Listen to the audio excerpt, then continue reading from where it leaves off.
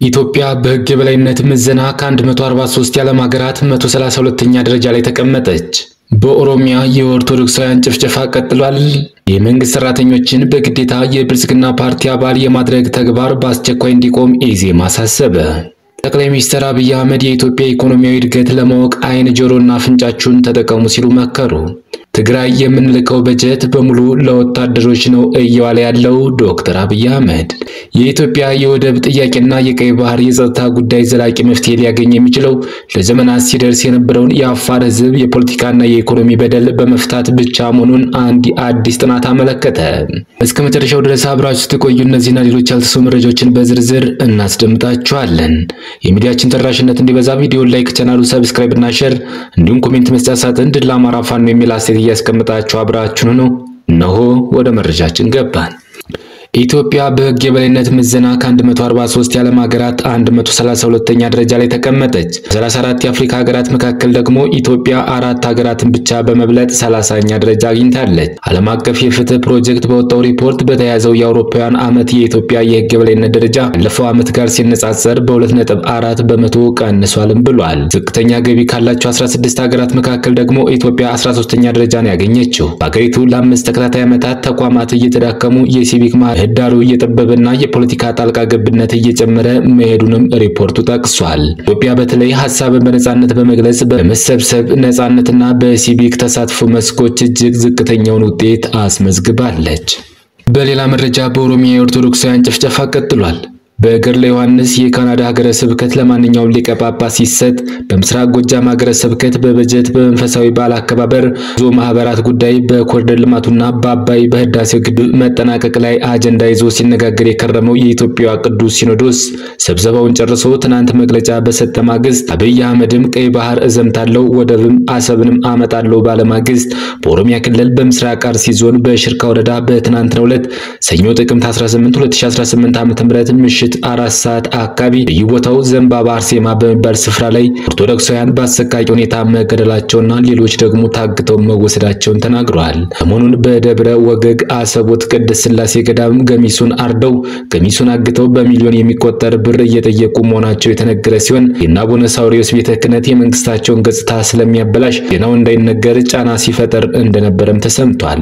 በአሩሲው ጭፍጨፋ ላይ ጭፍጫፊዎቹን ከየቦታቸው በማውጣት በአደባባይ የረሸኗቸው ሲሆን ረሽናውን የፈጸሙትም በኦህዴድ ኦነግ ብልጽግና መዋቅር የሚደገፍና ራሳቸውን የኦሮሞ እስላማዊ መንግስት ብለው የሚጠሩ ኃይሎች መሆናቸውን ተገልጿል። እስካሁን ከተጨፈጨፉት ኦርቶዶክሳውያን መካከል ማሙሽ ደበበ እድሜ 30፣ ትዕግስት ጅማ እድሜ 50፣ ግዛው ከተማ እድሜ 40 ሲሆኑ ስርዓተ ቀብራቸውን በዛሬው ዕለት ጥቅምት 18/02/2018 ዓ.ም በዚያው በዘንባባ ቅድስት አርሴማ ቤተክርስቲያን መፈጸሙ ተዘግቧል። ከተጨፈጨፉት ሌላም የእስላማዊ መንግስት ታጣቂዎች አስታጥቄ ደርቤ ከተማ ተክሉ በኃይሉ አበባየው ኢሳይ ከተማ የተባሉ ኦርቶዶክሳውያን የተዋሕዶ ልጆች ታግተው መወሰዳቸው ተነግሯል። ከሐጂ ሙፍቲ ሞት በኋላ በኃይለኛው ድቀት የተገጠመው መንግስታዊ የዋሃቢ እስላም ቡድን ከዚህ የበለጠም የማስደንገጥ ተግባራትን ሊፈጽም እንደሚችል እየተነገረ ነው። ሰሞኑን በሰሜን ሸዋ መራቢቴ አካባቢ ከፋኖ ጋር ይፋለም ዘንድ የላኩት ባህር ኃይል አየር ወለድና ሪፐብሊካን የተባሉት የአገዛዙ ወታደሮች አይሆኑ ሆነው መደምሰሳቸው ብስጭት የፈጠረበት አገዛዙ እዚህ የባሰም ጭፍጨፋ በኦርቶዶክሳውያን ላይ ሊፈጽም እንደሚችል ስለሚገመት ኦርቶዶክሳውያን ከኦሮሚያ ቤተ ክህነት ከአቡነ ሳዊሮስ አስተዳደር ምንም አይነት ተስፋ ሳትጠብቁ ራሱን ለመከላከል ቢሞክር መልካም እንደሚሆንለት የሚመክሩ ብዙዎች ናቸው። ሰሞኑን በብዙ መልኩ ኪሳራ ላይ የወደቀው አገዛዝ እንደ ሩዋንዳ ያለ የጅምላ ጭፍጨፋ ሊፈጽም ስለሚችል አሁንም ህዝቡ ራሱን ለመከላከል እንደ ሁልጊዜው ይዘጋጅ ዘንድ ምክሬን አላቋርጥም። አሁን ጊዜ በኢትዮጵያ ርካሽ አማራ ነገድና ኦርቶዶክሳውያን እንደሆነ ሊታወቅ ይገባል። አገሪቱ ህግ አውጪ፣ ህግ ተርጓሚና ህግ አስፈጻሚው ክፍል በሙሉ ፈኛ የዋሃቢ እስላሞችና አክራሪ ጸረ ኦርቶዶክሳውያን ኃይላት ስብስብ መሆናቸው ይታወቃል። እናም ኦርቶዶክሳውያን እንደ ዜጋ ተቆጥረው ህጋዊ ከለላና ጥበቃ የሚያደርግላቸው መንግስት እንደሌለ አውቀው እንደ ኢራቅ ክርስቲያኖች ራሳቸውን አደራጅተው ፈጽሞ መጥፋት ራሳቸውን እንዲታደጉ እንመክራለን። የመንግስት ሰራተኞችን በግዴታ የብልጽግና ፓርቲ አባል የማድረግ ተግባር በአስቸኳይ እንዲቆም ኢዜማ አሳሰበ። የመንግስት ሰራተኞችን በግዴታ የብልጽግና ፓርቲ አባል የማድረግ ተግባር በአስቸኳይ እንዲቆም ኢትዮጵያ ዜጎች ለማህበራዊ ፍትህ ኢዜማ አሳሰበ። በሀገሪቱ የፖለቲካ ምህዳር ውስጥ ፈታኝ ሆነው ከሚገኙት ጉዳዮች መካከል ፖለቲካ ምንድነው፣ የፖለቲካ ፓርቲ ምንድነው፣ ሚናውስ ተግባራቱ በተለይ ሌሎች ህጋዊ ሰውነት ካላቸው ድርጅቶች በምን ይለያሉ፣ መንግስትና ፓርቲ የተለያዩ አካል ናቸው ወይስ አንድ ናቸው የሚሉት ጽንሰ ሐሳቦች ላይ ረዳር ስህተት መሆኑን ፓርቲው በወጣው መግለጫ መግለጫ ጠቁሟል። በዚህ ምክንያት ፓርቲዎች የተለያዩ ስህተቶችን የሚፈጽሙ መሆናቸውን ያመላከተው የኢዜማ መግለጫ ገዢው ፓርቲ ብልጽግናን ግን ከስህተት ባሻገር የመብት ጥሰቶች ሲፈጽም ይስተዋላል ብሏል። ፓርቲዎች አባላትን መመልመል፣ መዋቅራቸውን በሰው ኃይል ይሁን በቁሳቁስ ማጠናከርና በፖለቲካው ገበያ የሚያቀርቡትን አማራጭ ሐሳብ መሸጥ መደበኛ ተግባራቸው ነው። ይህ ሲፈጸም ግን የዜጎችን ዲሞክራሲያዊ መብቶች በፍጹም ጥያቄ ውስጥ በማያስገባ በፖለቲካ ምህዳሩ ላይ ለፉክክር የሚቀርቡ ተወዳዳሪዎች ላይ አድሏዊነትን በሚያነግስ መልኩ መሆን የለበትም። ገዢው ፓርቲ ከምርጫ 2013 አስቀድሞ ከነበረው የመጀመሪያዎቹ የለውጥ ዓመታት በስተቀር ከፍተኛ ተደራሽነት ያላቸው መገናኛ ብዙሃን ጠፍሮ በመያዝ በመንግስት መዋቅር ውስጥ የፓርቲ ሴል ስብሰባዎች ጨምሮ ሌሎች የፓርቲ ስራዎችን በመንግስት ሀብት መጠቀምና መሳሰሉትን በመፈጸም መንግስትና ፓርቲ ይለያያሉ የሚለው መርህ ላይ በቂ ግንዛቤ እንደሌለው እያሳየ ይገኛል ብሏል ኢዜማ። ከቅርብ ጊዜያት ወዲህ ደግሞ የመንግስት ሰራተኞች ያለ ፍላጎታቸው የተለያዩ ተጽዕኖዎችን በመጠቀም አባል እንዲሆኑ ጫና እያሳደረ መሆኑን ያገኘናቸው መረጃዎች ያሳያሉ ያለው ኢዜማ በመግለጫው ይህ ተግባር ገዢው ፓርቲ ሐሳቡን ሽጦ ቅቡልነት የማግኘት እድሉ ላይ በራስ መተማመን የሌለው መሆኑን የሚያመላክት መሆኑን ገልጿል። ተጨማሪም ድርጊቱ የመንግስት ኃላፊነት የተሰጣቸው የፓርቲው አመራሮች ስልጣንን ያለአግባብ እንደሚጠቀሙ ያሳያል። እዚህ ቀደምም ይተችበት የነበረው በዝቅተኛ የኑሮ ደረጃ የሚገኙ ዜጎችን በተመሳሳይ ጫና ውስጥ በመክተትና አባል በማድረግ የአባልነት ቁጥሩን ከፍ ማድረጉን ለማመን የሚያስችል ሆኖ እናገኘዋለን ብሏል ኢዜማ። ፓርቲው ሐሳቤን ለመፈጸም ጥራት ያለው አባል ይጎለኛል የሚል ግምገማዎች እንዳሉት የሚታወቅ መሆኑን የገለጸው ኢዜማ ይህንን ለመፍታትም ይሁን በሌላ ምክንያት የሚደረግላቸው መሰል ተግባሮች ግን ዜጎች ዲሞክራሲያዊ መብቶች ላይ በሚፈጸሙ ዋጋ መሆን እንደሌለበት ሊታወቅ ይገባል ሲል አሳስቧል።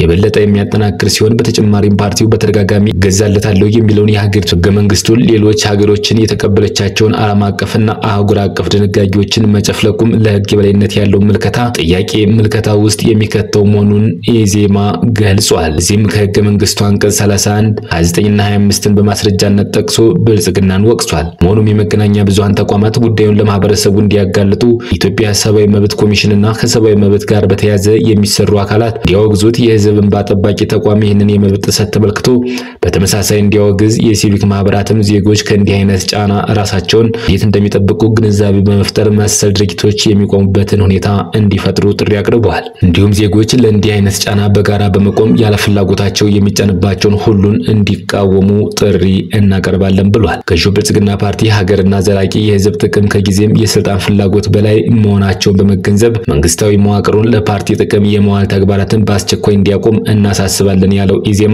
እንደቀደምቱ የኢትዮጵያ አገዛዞች ብልጽግና ፓርቲን በታሪክ መዝገብ የዲሞክራሲ አክሻፊ ተብሎ ለመመዝገብ እየተንደረደረ መሆኑን የፓርቲው አመራሮች እንዲያጤኑት እንሻለን ሲል ዛሬ በማህበራዊ ትስስር ገጹ በወጣው መግለጫ አሳስቧል። ጠቅላይ ሚኒስትር አብይ አህመድ የኢትዮጵያ ኢኮኖሚ እድገት ለማወቅ አይንና ጆሮ አፍንጫችሁን ተጠቀሙ ሲሉ መከሩ። ሚኒስትር በፓርላማ ተነሱላቸው ጥያቄዎች ምላሽ በመስጠት ላይ ሲሆኑ ቀዳሚው ምዕራፍ ኢኮኖሚያዊ ጉዳዮች ላይ ያተኮሩበት ነው። ኢትዮጵያ ውስጥ መጥቷል ያሉት ኢኮኖሚ እድገት የሚታይ የሚዳስስ የሚጨበጥ ነው። እንደ ከዚህ ቀደሙ ያለ የቁጥር እድገት አይደለም። የኢትዮጵያ የአሁኑ እድገት ጥሩ አፍንጫ ያለው ሰው በሽታ ያውቀዋል፣ ከተማ ውስጥ ሲንቀሳቀስ በሽታ ያውቀዋል ሲሉ አስረድተዋል።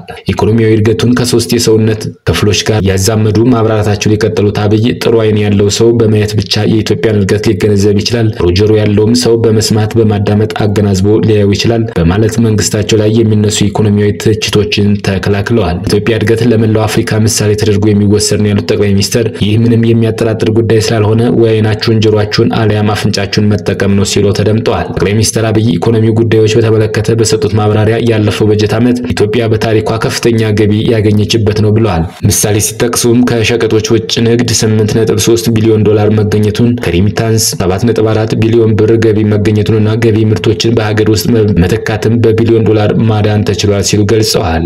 የኢትዮጵያ ሪዘርቭ በ10 እጥፍ ማደጉንም ጠቅላይ ሚኒስትሩ ይፋ አድርገዋል። ትግራይ የምንልከው በጀት በሙሉ ለወታደሮች ነው እያለ ያለው ዶክተር አብይ አህመድ። ጠቅላይ ሚኒስትር አብይ አህመድ በትግራይ ስላለው ሁኔታ ትግራይ የምንልከው በጀት በሙሉ ለወታደሮች ነው እያለ ያለው ይህ ትግራይን እየጎዳ ነው። አሁን ለምሳሌ ጅጅጋ በኮሪደር ልማት ከፍተኛ ለውጥ አለ። ከሶማሌ ክልል ገቢ ባለፈው ዓመት የትግራይ ክልል ገቢ በከፍተኛ ደረጃ ይበልጣል። ከጅጅጋ ገቢ የመቀለ ገቢ 6 እና 7 እጥፍ ይበልጣል። ገቢን ሰብስቦም ከዚህም ተመድቦም እንዴት 1 ወይም 2 ኪሎ ሜትር ኮሪደር አይሰራም? ወደ ልማት ካልተሄደ ሁልጊዜ ውጊያና ግጭት ጠቃሚ አይደለም። በተቻለ መጠን ወደ ሰላም ወደ ንግግር ገብቶ የህዝቡን ችግር መፍታት ያስፈልጋል። ዘንድሮ ክረምት እርሻ ለማየት በድሮን በትግራይ ክልል በስፋት የታየ ሲሆን የሚገርም ማሳ አለ። በንጽጽር ከፍተኛ እርሻ ይታያል። በወሰድናቸው የምስል መረጃዎች የሚያሳዩት የተሻለ ምርት እንዳለ ነው። የምንፈልገው ያን ምርት በሰላም መንገድ ተሰብስቦ ወደ ገበያ እንዲውል አርሶ አደሩ እንዲጠቀምና ከልመና እስረኝነት እንዲገላገል ነው። ህዝቡን የልመና እስረኛ ማድረግ ጠቃሚ ስላልሆነ ከልመና እስረኝነት ወጥቶ ወደ መሻሻል ህይወት እንዲገባ መስራት ነው የምንፈልገው። ውስጥ የፌደራል መንግስት የውጊያ ዓላማ የለውም፣ አንፈልግም፣ ጥቅምም የለውም። የትግራይ ክልል ያሉ ሰዎች ይህንን ምክር ሰምተው ወደ ሰላም ቢያዘነብሉ ይሻላል ሲሉ መክረዋል። ክቡራትና ክቡራን ቻናላችን ቤተሰቦች ለሰዓቱ ያዘጋጀናቸው መረጃዎች እነዚህ መስለው ነበር። በሌላ የመረጃ ሰዓታችን እስክንገናኝ ድረስ የዩቲዩብ ቻናላችን ሰብስክራይብ፣ ሼር እንደዚሁም ላይክ እያደረጋችሁ ጠብቁን። ቸር ያገናኘን። መልካም ቆይታ